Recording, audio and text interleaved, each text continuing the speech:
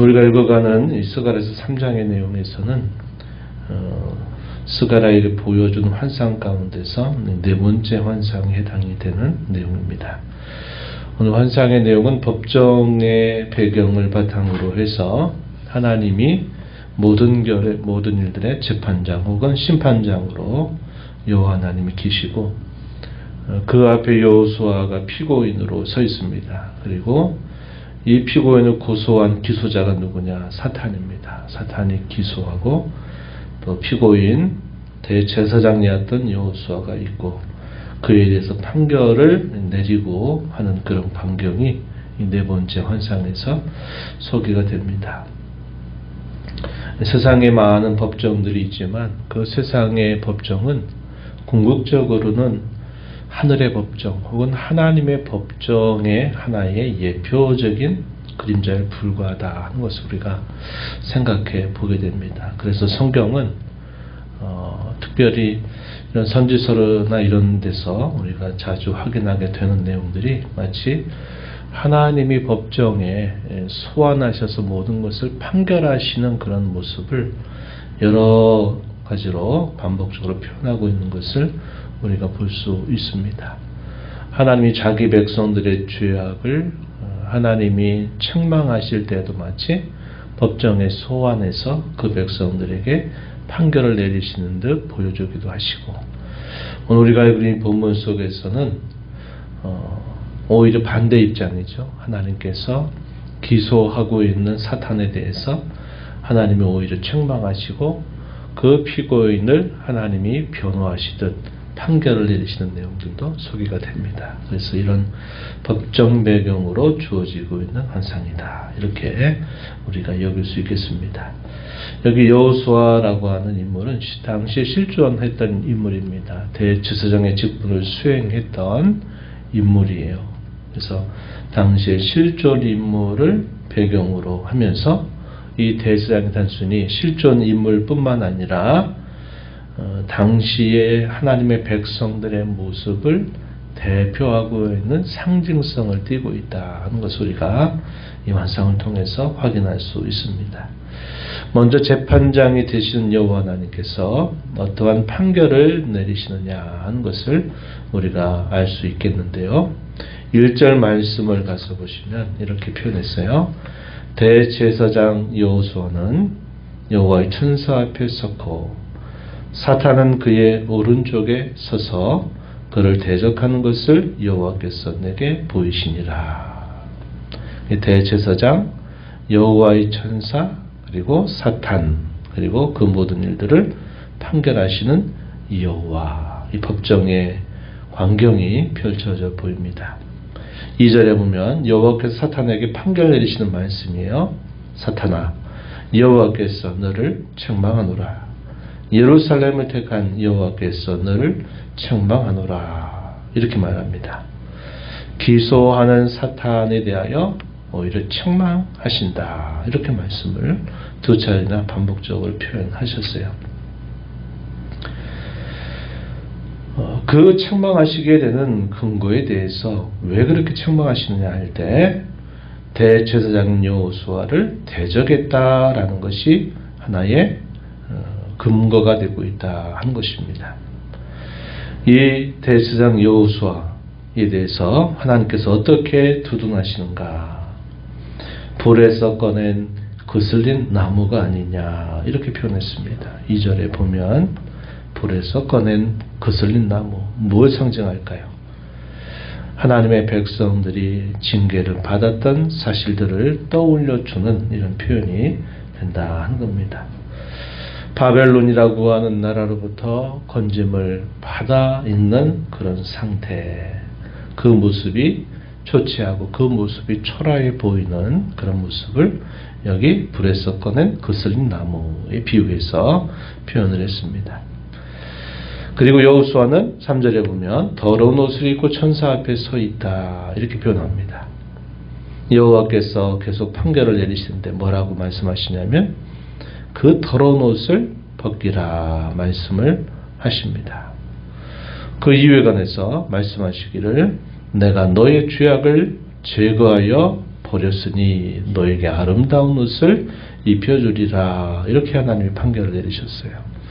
4절 말씀에 소개가 됩니다. 그때 이러한 법정의 광경을 환상 가운데 지켜보는 스가랴가 무슨 말을 합니까? 5절에 보면 정결한 관을 그의 머리에 씌우소서 이렇게 증언을 했어요. 그러자 그 말대로 이 대제사장이었던 여호수아에게 정결한 관을 그 머리에 씌웁니다. 그리고 옷을 입히고 여호와의 천사 곁에 서게 했습니다. 대제사장이 복장을 착용을 하게 될 때 그의 머리에는 금으로 만든 관을 씌우는 겁니다. 그리고 그는 하얀 세마포 위에 또 청색 옷에 그리고 이 제사장의 의복인 에봇을 입고서 이 대제사장의 직분을 수행하게 되죠. 그래서 마치 그 스울린 나무처럼 건짐을 받았던 그 여호수아 또 그 옷 차림새가 도무지 말하기 어려운 더러운 옷을 입고 있는 그런 상태에 있는 그에게 이제 아름다운 관을 씌우게 하고 옷을 갈아입게 한다는 것은 그가 이 대제사장의 직분을 이제 다시 수행할 수 있게 된다는 사실을 이 환상을 통해서 보여주고 있다는 겁니다. 모든 것의 재판장 되시는 하나님께서 이 대제사장을 위하시고 그의 신실한 변호자가 되어주시는 판결을 내리고 있는 것을 우리가 볼 수 있다는 겁니다. 바울 사도는 로마서에서 하나님의 심판대 앞에 하나님이 재판장으로 계시는 그곳에서 하나님의 택하신 백성들에 대해서 뭐라고 말씀합니까? 아들까지도 아끼지 아니하시고 내어주신 하나님께서 우리를 의롭다 하신다면 과연 누가 우리를 송사하게 할 수 있겠느냐? 하나님이 우리를 위하신다면 과연 누가 우리를 대적할 수 있겠느냐? 이렇게 말씀하시면서 하나님께서 자기 백성들을 향하여 판결을 내리시는 그 광경을 묘사해 주면서 하나님께서 자기 백성들에게 베풀으시는 크신 은혜가 어떠한 것인가 하는 것을 확인시켜 줍니다. 이 내용이 로마서 8장 31절 이하에서 소개되고 있다는 겁니다. 마치 그러한 말씀을 그 옛날 스가랴에게 환상을 통해서 보여주고 있다 하는 것이죠. 그래서 그런 메시지가 연결되고 있다고 하는 것입니다. 제사장의 직분을 수행할 수 없었던 이 여호수아를 하나님께서 다시 위하시면서 그로 하여금 이 제사장의 직분을 행하게 하시는 것을 우리 이걸 통해서 보게 됩니다. 부정했던 이스라엘 백성들, 그 백성들을 다시 새롭게 해서 그 백성들을 하나님께서 모든 열방을 위한 제사장의 나라로서의 사명을 다시 회복시켜 주시는 것을 우리에게 떠올려 주죠. 이스라엘 백성들과 하나님께서 시내 산에서 언약을 체결하실 때 너희는 나의 특별한 소유가 된다라고 말씀하시고 너희를 제사장의 나라로 세워서 열방이 너희를 통해서 내게 돌아오게 하겠다 하셨던 그 하나님의 말씀, 그것을 또다시 우리에게 상기시켜 주는 광경이 되고 있다 하겠습니다. 여호와의 천사가 여호수아를 향해서 증언하는 말씀이 소개됩니다. 이것은 그를 다시 새롭게 하시는 판결이 있게 되는 그 일과 더불어서 있게 되는 증언의 내용인데요. 이 내용이 7절 이하에서 소개가 됩니다. 만군의 여호와의 말씀에 내가 만일 내 도를 행하며 내 규례를 지키면 내가 내 집을 다스릴 것이요 내 뜰을 지킬 것이며 내가 또 너로 여기 섰는 자들 가운데 왕래하게 하리라 이렇게 표현했습니다. 대제사장이 그 역할을 다시 감당할 수 있는 모습을 증언하고 있는 말씀이 된다는 겁니다. 근데 여기에 그 일을 감당할 수 있는 중요한 조건이 하나 소개되죠. 그게 뭡니까? 내 도를 행하며 내 규례를 지킨다 하는 것입니다. 이것도 역시 하나님께서 이스라엘 백성들과 시내산에서 언약을 체결하실 때 하나님이 그 백성들에게 요구하시면서 그 백성들에게 기대하시는 뜻을 알려준 것과 같은 내용을 우리에게 소개시켜주고 있다 하겠습니다. 그러면서 또 증언이 계속 이어지게 되는데 8절 말씀에 보면은 이렇게 말해요. 내가 내 종 싹을 나게 할 것이다. 이렇게 표현했습니다. 내 종 싹, 뭘 우리에게 떠올려주는 표현일까요? 메시아를 떠올려주는 표현입니다. 메시아를 보내서 그 메시아를 통해서 이런 일들을 이루시겠다 한 것을 우리에게 보여주는 것이죠.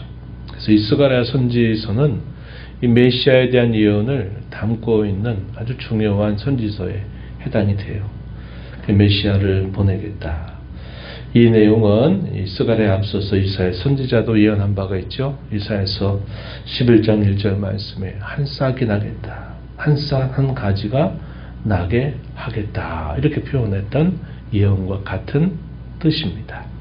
하나님이 장차 그의 아들을 자기 백성들을 위해 보내서 그 메시아를 통해서 이루실 구원을 예언했던 그 말씀을 우리에게 떠올려주고 있는 겁니다. 계속 이어지는 증언을 보게 되면 이렇게 말했어요.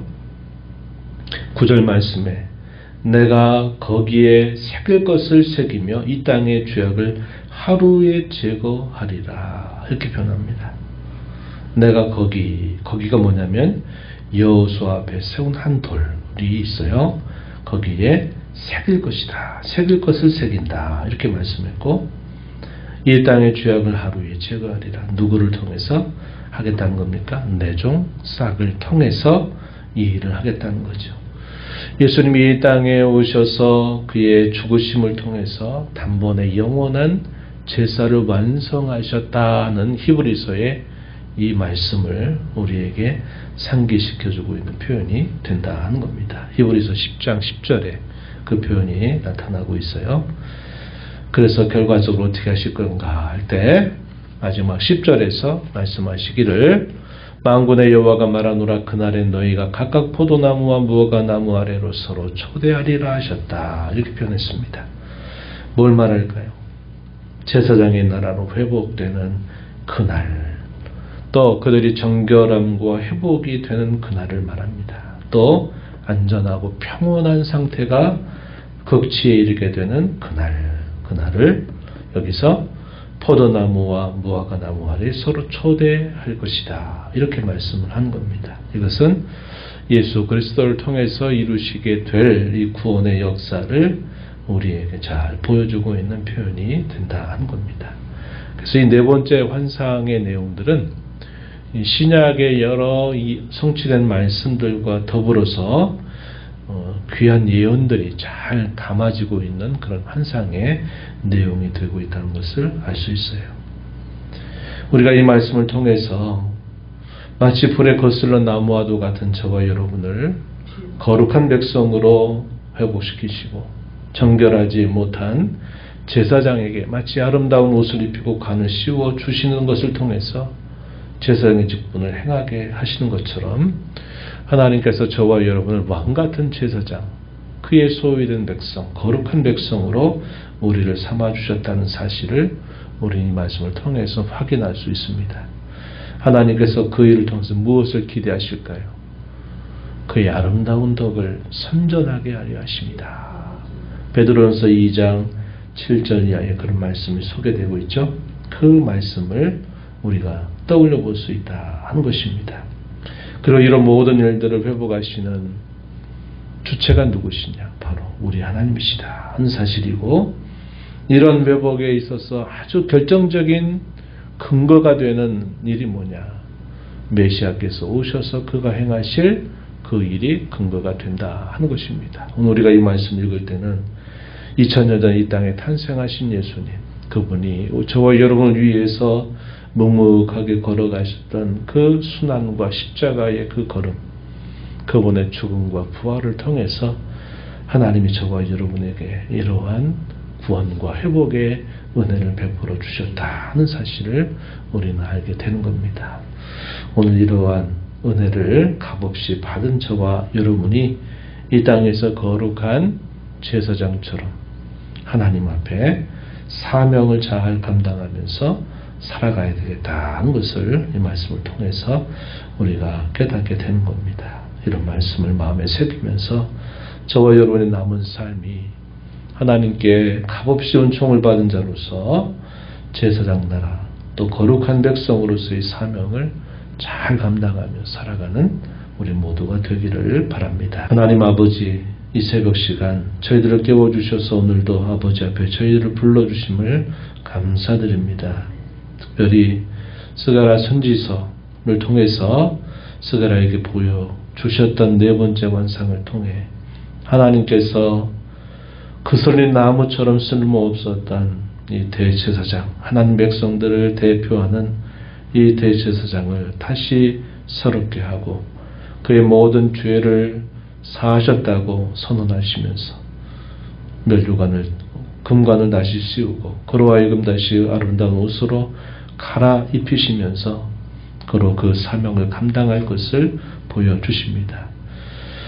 바벨론의 포로 생활을 마치고 돌아온 하나님의 백성들을 하나님께서 긍휼히 여기셔서 그들의 모든 죄를 용서하시고 그들을 회복시켜서 그들로 하여금 제사장 나라의 사명을 감당하게 하시는 하나님의 약속이 잘 주어져 있음을 살펴봅니다. 그 예언의 말씀이 이 땅에 오신 예수님을 통해서 이루시고 또 그 은총을 오늘도 저희들에게 베풀어 주셔서 하나님의 자녀로 부름받고 거룩한 제사장이고 하나님의 소유된 백성이 되게 하시고 저희를 하나님의 아름다운 덕을 선전하게 하시려고 하시는 그런 뜻을 가지고 구원의 은혜를 베푸신 것을 알게 됩니다. 이런 은혜를 받은 자들로 저희 남은 삶이 하나님 앞에 이런 거룩한 사명을 잘 감당하며 살아가도록 인도하여 주옵소서. 주 앞에 나와 기도하는 모든 심령들의 간구를 기기를 주고 응답해 주시기를 바라며 예수님 이름으로 기도하옵나이다. 아멘.